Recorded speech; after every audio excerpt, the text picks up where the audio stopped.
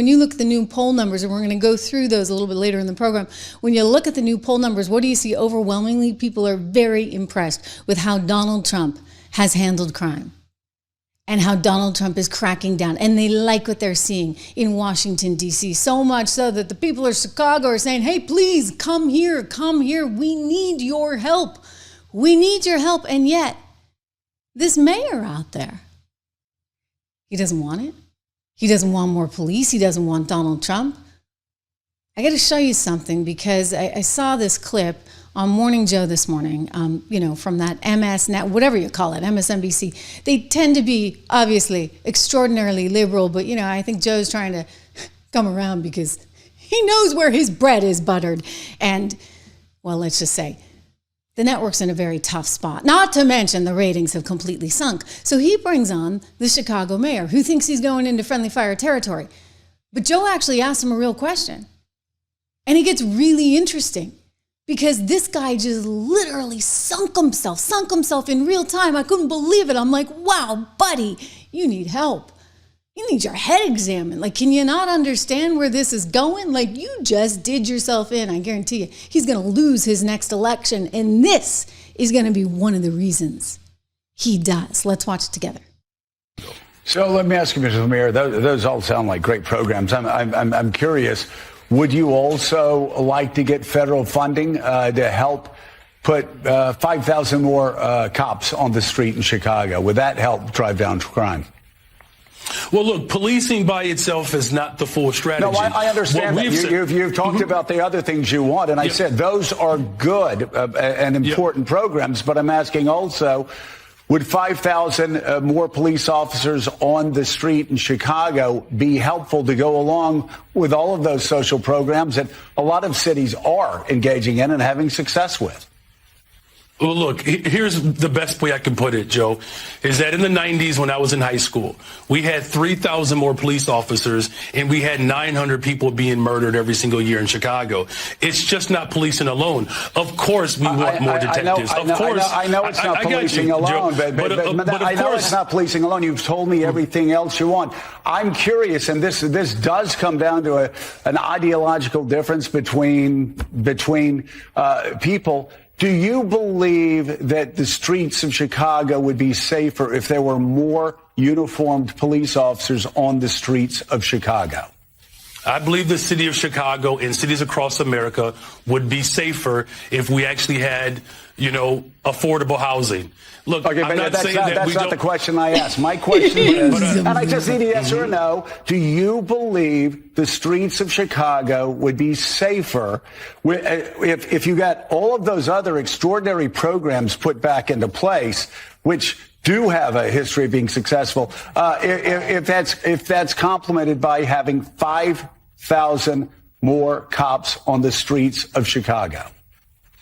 I don't believe that we should narrow it down to just police officers, Joe, is what I'm saying. That is an antiquated approach. I'm saying we've invested in detectives. Mr. Mayor, are you hearing what I'm saying? I'm agreeing with you that all of these other social programs are extraordinarily important. I just need a yes or a no, and then this will be the last time I ask.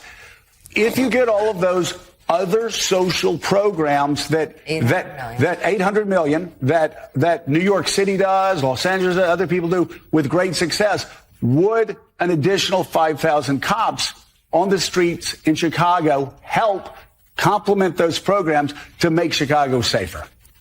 Look, we are working hard to make sure that our police department is fully supported. I don't believe that just simply putting out an arbitrary number around police officers is the answer. What I'm saying is policing and affordable housing. It's policing and mental and behavioral health care services. It's policing and youth employment. It's a full package. Of course, we want to make sure that our police department is fully supported.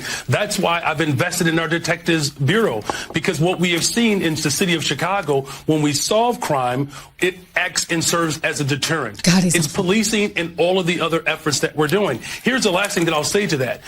The federal government could work stronger to coordinate with my police department to get guns off the streets of Chicago. We've seen these coordination efforts work. Just a couple of weeks ago, the ATF working with my police department, we removed over 150 guns off the streets of Chicago that were trafficked in through Mississippi and Indiana. No one is saying that police officers don't play an incredible role in driving safety. They play an absolute pivotal role in that. But we have asked law enforcement to do too much. Police officers are being asked to be social workers, counselors. What I'm simply saying is, if we're going to build safe and affordable cities across America, the one thing that safe communities all have in common, they invest in people. We have a poverty issue in the city of Chicago and cities across America. Wow. Police officers alone will not put food on the table. Police officers alone will not guarantee a high quality education.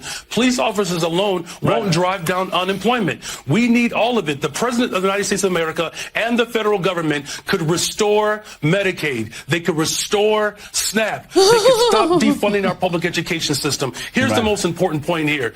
Justice Brandeis, over 100 years ago, the first Jewish American to sit on the Supreme Court, he said that we could either have a democracy or wealth in the hands of the concentrated few. He said, but we cannot have both. We are fighting for our democracy and our humanity right now. This president's nescience of the Constitution will leave irrevocable harm on posterity. That's why, as mayor of the city of Chicago, we are standing up to tyranny, and American cities across this country are doing the same. Oh my God. He just wants to help you, Brandon. Okay, he wants to help you get some more police on the streets so that you can actually have safe streets, so that, you know what, the kids can go to school and the parents don't have to worry about them, so that people can go to work and come back. You know, that's how you build an economy. That's how you build prosperity. You gotta have safety first. I mean, what moron doesn't get that? Oh, I know, somebody who wants to defund the police. Listen, those days are over, baby. Like, it's a whole new game. And you know what? Whether you look at the revolt we saw with Cracker Barrel, where they had to actually change what they were doing because consumers didn't like it. In fact, we're going to talk about that because they even changed what they got on the website. Or whether you see the revolt from the people in the city of Chicago because they got idiots like this. And that guy's an idiot. That guy's an idiot. He doesn't want to accept any help, any federal help, because he doesn't want anybody policing his streets. You just want more crime, and you want to then take more money and put it into the teachers union so that you can graduate more kids that aren't going to school because they can't even get to school without a threat on their life. I'm sorry. No, you got to start with basics, and then we can worry about art and music and the rest of it, okay? Yeah. This mayor is under fire from his own residents, as we pointed out in a recent short. Take a look. Stand in the way of any DHS efforts. Got a little bit of a scolding by one of his constituents because he wouldn't even look at the guy. I am speaking right now, so I would love your undivided attention, please. I'll wait. And wait. So this just proves to you the lack of leadership that you show in this city. You can't even give me straight eye contact.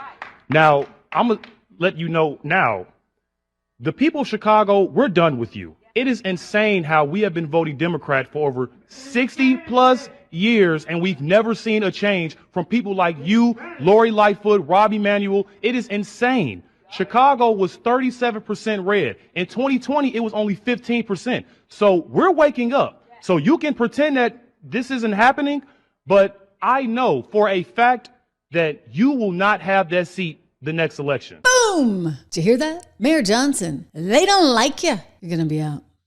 You will be. I'm telling you, you will be. Like, he doesn't get it. He doesn't actually care about the people enough. He cares about, I don't know, the teachers union and getting more money for this pet project or that pet project. And then, by the way, don't forget his hiring practices are very suspicious as well. Like, this is not a colorblind hiring practice. No, this is DEI on steroids, which, by the way, is illegal and certainly should be eradicated. There's this one reporter that called him out, and it's magnificent. I want to share this clip with you because, listen, this nut job of a mayor was just exposed on Morning Joe and got exposed in a press conference by a Chicago reporter. Listen. Racist. Mayor Johnson. Yeah. Please turn the mic on. Thank you. Real Chicagoans woke up this morning relieved that the Department of Justice is finally investigating your race hustle. As someone who grew up on the south side of Chicago, I've heard a lot of race hustlers in my life, trust me. But they were usually marching around outside of City Hall, which is what makes this so embarrassing and dangerous. For over a year, real Chicagoans, white and black, have been telling me that your black power rhetoric is bringing the city backwards from a place that we need the question. Had overcome.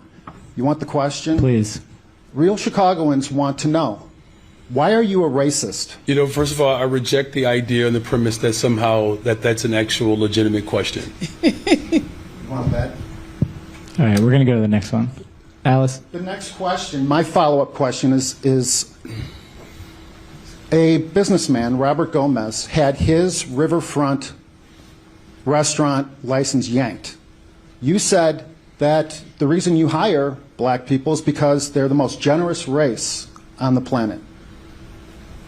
His riverfront restaurant license was yanked and given to a black restaurateur.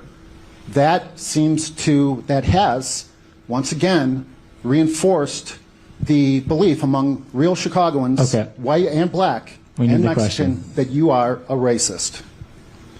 What do you say to those people? Again, I reject the premise that somehow that your question has any legitimacy. Thank you for your time, sir. Thank you. We'll go to Alice. Thank you. The number one employer of our people is our people. What I'm saying is, when you hire our people, we always look out for everybody else. We are the most generous people on the planet.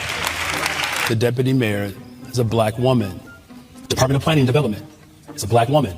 Infrastructure deputy mayor is a black woman. Chief operations officer is a black man. Budget director is a black woman. Senior advisor is a black man. One thing that I know for sure that I have to do over these next 2 years, every single dime that our people have been robbed of, I want to make sure that that is returned 2-3-fold. We have 6 developers that have received the first $30 million for investment. 6 developers. Of those 6 developers, 5 of them are black and 3 are women. BOA Construction received the prime construction contract at O'Hare under my administration. I'm sorry, you get the idea, right? You get the idea. Like the entire problem here is that he's stuck in a different time period. We're moving on. We're getting away from all the labels. The labels, they don't matter. What matters is safety. What matters is opportunity. And the people of Chicago know it. So, Johnson, you're gonna be out. Chicago's going red. I want to say thank you to our president, the people's president. Like I keep saying, the real MVP, President Donald J. Trump. Thank you, President Trump, for hearing us, for listening to us. We need you here in Chicago, not just to send the National Guard. He says he's willing. Boom. You know what? This guy, he made a fool of himself on MSNBC. He's making a fool of himself in these town hall meetings. He is stuck in a different era, in a different century. He's race baiting, and it is time to move on, okay? It's just time to move on. We've had enough with it. By the way, like all the race baiting, in a world where like your truth is your truth, right? How is that even effective anymore? I just kind of wonder because, they want to say, well, I'm this, that, and the other, but yet simultaneously you're allowed to be this, that, and the other, right? Like I can identify, I guess, as a man if I want, or you, if you're a man, can identify as a woman if you want. And I think that this is kind of reaching a tipping point. And by the way, my heart goes out I've said this before, and we can talk about it a little bit later, to all the victims in Minneapolis. And it's a horrible, horrible, horrible story. And there's a lot of reasons for it, and it's very nuanced. And we've learned, of course, that it was a transgender person that did that. But I just want to say something, because, they're so obsessed in Chicago with race, okay? Race is everything. And yet, the woke say you can be whatever you want to be. Well, which is it? This guy gets it. This guy is a total legend for this one. Watch. This guy is epic. I have gender skin color dysphoria. Yep. I am a white lesbian trapped in a black man's body. I'm 6 months pregnant and I love my husband, but the LGBTQ community won't accept me. And they tell me you could be what you want to be. Yeah. That's good. You get it, right? I mean, it's so asinine. For goodness sakes. Just get over it, everyone. The one thing about Donald Trump, and I'll say this about him, and I've always known this about him, is he really is a true opportunist who believes in a real meritocracy. So it doesn't matter what color skin you have. It doesn't matter if you're a male or a female. It doesn't matter if you're gay or straight. He's like, and you did the job. And if you can do the job, you get the job, right? Look at Scott Bessent, first gay Treasury Secretary. It doesn't matter. I don't care. Wonderful. Okay, so what? You look at the first female chief of staff, Susie Walls. Listen, she's female. Guess what? Doesn't matter. Not like he gets any credit for it. I mean, if it were Biden, he'd be like, and I get this one, and I get this one, and I get this one, and I get this one. It doesn't matter. Let's get away from it and just say, hey, ownership for oneself. Okay? You got one shot at this, one life. Make it the best you possibly can and take some damn responsibility.